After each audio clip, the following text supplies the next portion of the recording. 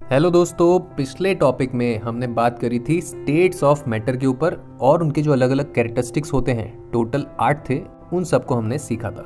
उसको सीखना चाहते हैं बढ़िया से तो इस वक्त ऊपर आते हुए लिंक पे क्लिक कर सकते हैं। अब हम चलेंगे आज के अपने next topic inter conversion of states of matter की तरफ। नाम से ही डिटेल काफी क्लियर हो जाती है। इंटर कन्वर्जन यानी कि एक से दूसरे में कन्वर्ट होना। किस चीज का कन्वर्ट होना? स्टेट्स ऑफ मैटर, यानी कि एक स्टेट से दूसरी स्टेट में जब कन्वर्जन होगा तो उसको कहा जाता है inter conversion of states of matter. इसी के बारे में बात करेंगे आज डिटेल में। इस प्रोसेस को समझने के लिए एग्जाम्पल के तौर पे कौन सा मैटर लें? सबसे कॉमन मैटर ले लेते हैं अपनी लाइफ का, पानी। अब यहाँ पे बेसिक बात देखो, हमें क्या पता है कि पानी जो है वो सॉलिड से आइस से किस में जाएगा? लिक्विड में जाएगा, यानी कि वाटर की फॉर्म में। और फिर वही वाटर किस फॉर्म में कन्वर्ट हो जाता है? वाटर वेपर की फॉर्म में। ये बात तो हम मोटी मोटी जानते हैं, लेकिन इस प्रोसेस के अंदर क्या होता है एग्जैक्टली, उसकी डिटेल्स क्या है उसको समझते हैं। बात को शुरू करेंगे आइस के सबसे छोटे टेम्परेचर के साथ। अर्थ पे इंटरेस्टिंग पॉइंट है ये। अर्थ पे सबसे छोटा ऐसा टेम्परेचर, सबसे कम ऐसा कौन सा टेम्परेचर है जिसमें आइस रिकॉर्ड हुई है या फिर एग्जिस्ट करी है कभी ना कभी? कहा इसको जाता है absolute zero temperature. What is the absolute zero temperature of ice? It is -273 degree Celsius. कितना लो है सोच के देखो कि माइनस में गया एक तो, और कितना 273। 0 डिग्री पे बर्फ जम जाती है, ये हम जानते हैं, -273 पे जाता है। अमेजिंग। इस सबसे छोटे टेम्परेचर के बाद आइस किस तरह से रोल प्ले करती है, वो इंटरेस्टिंग सवाल है यहाँ पे। इसके लिए हम यहाँ पे आइस को धीरे धीरे देंगे हीट एनर्जी। अब जैसे जैसे आइस को हीट मिलती जाएगी तो उसका टेम्परेचर क्या होगा? उसका टेम्परेचर यहाँ पे होता है चेंज, और वो धीरे धीरे बढ़ने लगता है। यानी कि -273 से हो गया -263, फिर -253, करते करते वो चलता चला जाता है।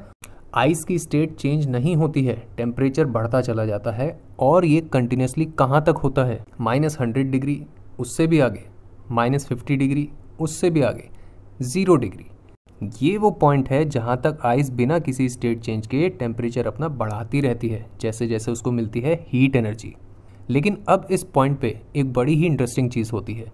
जब हम आइस को और हीट एनर्जी देते हैं इस 0 डिग्री सेल्सियस के बाद, तो उसका टेम्परेचर राइज नहीं करता है। जो अब तक राइज हो रहा था हीट एनर्जी देने पे, वो राइज नहीं होता है।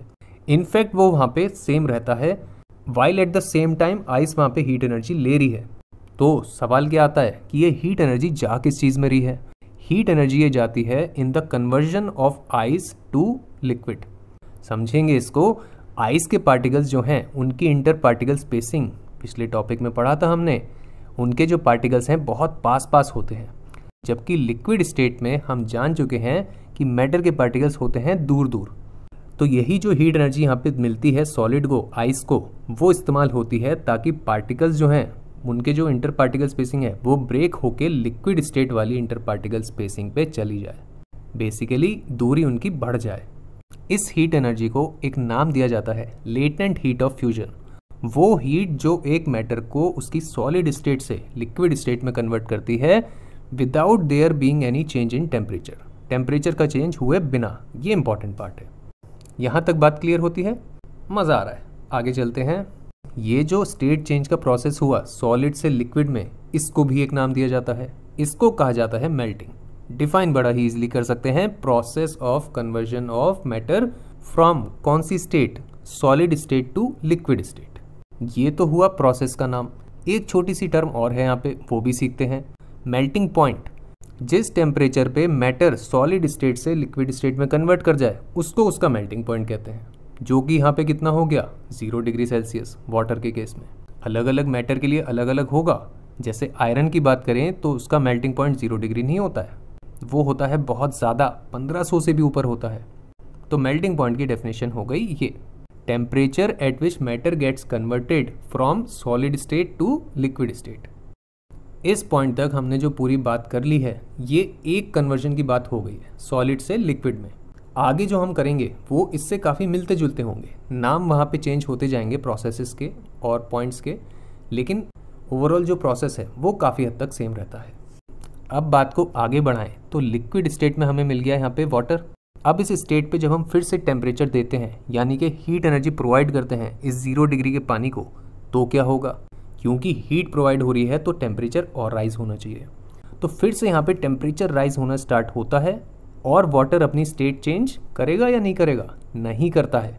टेम्परेचर ये धीरे धीरे राइज होता है 10 डिग्री सेल्सियस, 20 पे जाता है, 50 पे जाता है, अब भी स्टेट चेंज नहीं हो रही है, 70 पे जाता है, 80 पे जाता है, फिर फाइनली पहुंचता है 100 डिग्री पे और फिर से यहाँ पे आगे नहीं बढ़ता है, रुक जाता है इस पॉइंट पे। जैसा 0 डिग्री पे हुआ था बिल्कुल वैसा ही यहाँ पे हो रहा है 100 डिग्री पे। इस बार क्या हो रहा है? इस बार जो हीट एनर्जी मिल रही है वाटर को, उससे उसकी स्टेट चेंज हो रही है लिक्विड से गैसियस स्टेट में, यानी कि वो वेपर की स्टेट में चला जाएगा। तो अब जो हीट दी जाती है उसको कैसे डिफाइन करेंगे? नाम इसका होता है लेटेंट हीट ऑफ वेपराइजेशन।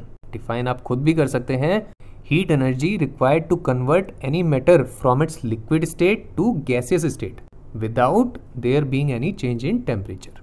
तो बिना किसी टेम्परेचर चेंज हुए जब लिक्विड से गैसियस स्टेट में कन्वर्ट हो जाए तो उसे कहते हैं latent heat of vaporisation. I hope बातें बढ़िया से क्लियर हो रही हैं आपको। चैनल पसंद आ रहा है तो सब्सक्राइब जरूर करिएगा। अब यहाँ पे क्या हुआ? 100 डिग्री लिक्विड से कन्वर्ट हो गया 100 डिग्री गैस में। इस प्रोसेस का भी अपना एक नाम है, जानते हैं आप, वेपराइजेशन, या फिर दूसरा नाम भी है बॉइलिंग। हम अपने अपने घरों में भी करते हैं। जब जब हम पानी को उबालते हैं तो वो बॉइलिंग ही है, या फिर कोई सब्जी उबल रही होती है तो वो भी बॉइलिंग है। डिफाइन कैसे करेंगे? सिंपल है, process of conversion of matter from liquid state to gases state. जिस टेम्परेचर पे कन्वर्जन होगा लिक्विड से गैस में उसको क्या कह देंगे? इस बार, पिछली बार मेल्टिंग हो रहा था तो मेल्टिंग का पॉइंट था, इस बार बॉइलिंग हो रही है इस टेम्परेचर पे तो ये क्या हो जाएगा? बॉइलिंग पॉइंट, शॉर्ट में B.P. डिफाइन क्या हो गया? Temperature at which matter gets converted from liquid state to gases state. इस तरह से हम सीख लेते हैं कि लिक्विड से गैसेस स्टेट में कन्वर्जन कैसे होता है पानी का। इस पॉइंट पे एक सवाल और आता है मेरे मन में कि वाटर जो गैसेस स्टेट में कन्वर्ट हो चुका है 100 डिग्री सेल्सियस पे, अब उसको अगर हम और हीट एनर्जी प्रोवाइड करेंगे तो उसके साथ क्या होगा? इसको आप गैस भी कर सकते हैं और किसी स्टेट में चेंज नहीं होता है। लिक्विड के बाद गैस ही फाइनल स्टेट है यहाँ पे तीसरी। तो जब हम गैस को और गर्म करते जाएंगे, हीट एनर्जी देते जाएंगे तो उसका टेम्परेचर बढ़ता जाएगा, 110 डिग्री, 120 डिग्री, 50 डिग्री, 200 डिग्री, इस तरह से उसका टेम्परेचर राइज होता जाएगा, लेकिन वो और किसी स्टेट में कन्वर्ट नहीं होगी। ये हो जाती है चक्र के एक हिस्से की बात, जहाँ पे हमने अपने मैटर को कन्वर्ट किया पहले सॉलिड से लिक्विड में और फिर लिक्विड से गैस में। ये पूरा जो हमने अभी तक प्रक्रिया की, इसके अंदर एक लर्निंग और है कि मैटर का स्टेट अगर चेंज करना है सॉलिड से लिक्विड में और फिर लिक्विड से गैसियस में, तो ये हुआ कैसे? यहाँ पे ये हुआ बाय इंक्रीजिंग द टेम्परेचर। जब हमने पहले टेम्परेचर इंक्रीज किया तो सॉलिड से लिक्विड में गया और फिर से इंक्रीज किया तो लिक्विड से गैसियस में गया।